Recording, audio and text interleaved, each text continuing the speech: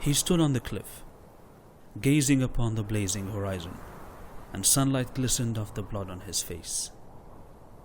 His once shining silver plates of armor, now stained with blood, caved, gashed and pierced by the cruel weapons that sought his blood and failed his demise.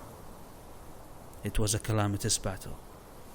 It carved wounds in him he'll remember for as long as he lives. Havelak, guardian of Valsar, has paid the ultimate price. After the death of their king 15 years ago, the Valsarian army waged war against the tyrant king of Gartha to fend off his oppression over the realm. Yet, the Garthan king's cruelty knew no limits, annihilating anything that comes his way.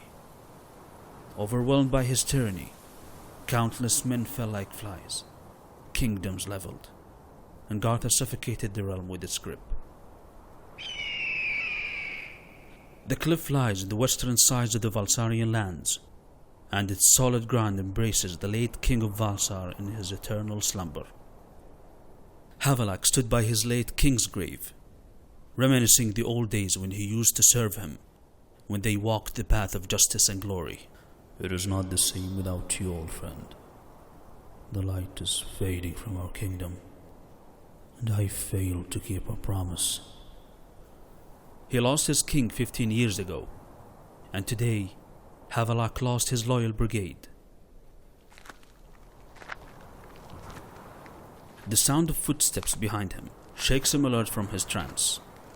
Havelak turns to see the king's chancellor approaching, walking slowly in his black robe, embroidered with intricate lines of gold, and the chain of the Valsarian council gleamed on his chest. My, Lord Havelak. It's good to see you alive. His colorless lips twisted in a wicked smile that looked foreign on his gaunt face, and Havelak remained silent. The king's chancellor never leaves the war camp. That was baffling.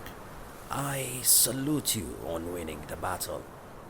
Victory long awaited. But honestly, to survive the Garthan generals, well, that was unexpected. Survive? Havelak thought to himself. He knew something was wrong when he and his brigade were ambushed by the Garthan generals. As if Havelak's plan was laid to them on a golden plate. The Chancellor was not supposed to learn about the ambush.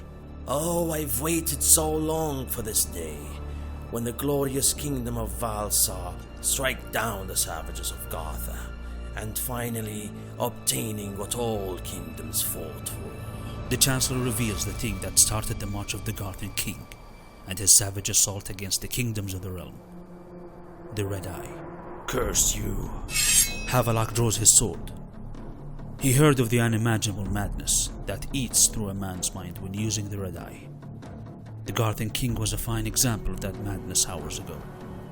Now his dead body lies beneath the rubbles. You have always cheated death, Lord Havelak.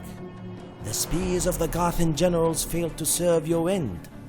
But even though you survived, death always reached for the ones near you. Your king, your brigade, and soon you will meet their fate. The Chancellor raised the hand that gripped the Red Eye. It was shimmering red. I waited so long to get my hands on this Lord Havelak. Because of you and your old king, my plan failed once, and Gartha took it from me, but this time I control it. Havelak knew the danger he's facing. Failing to keep his promise with the late king, and losing his loyal brigade, it left him with a crushing burden he couldn't withstand. But now he knows exactly where to focus, where to pour that anger and sorrow.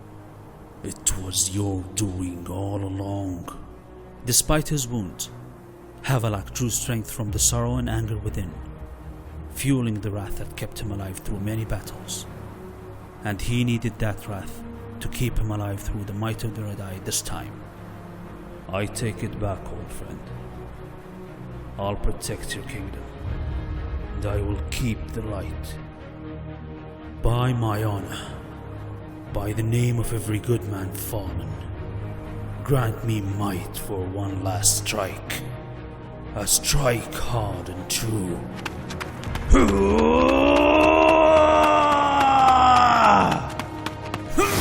With a thunderous bellow, Havelock lunged at the Chancellor, his sword a blood of metal.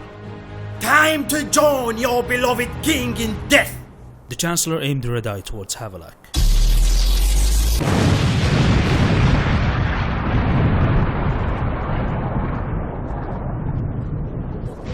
Crimson waves of light liberated from the red eye and rippled through the air around them.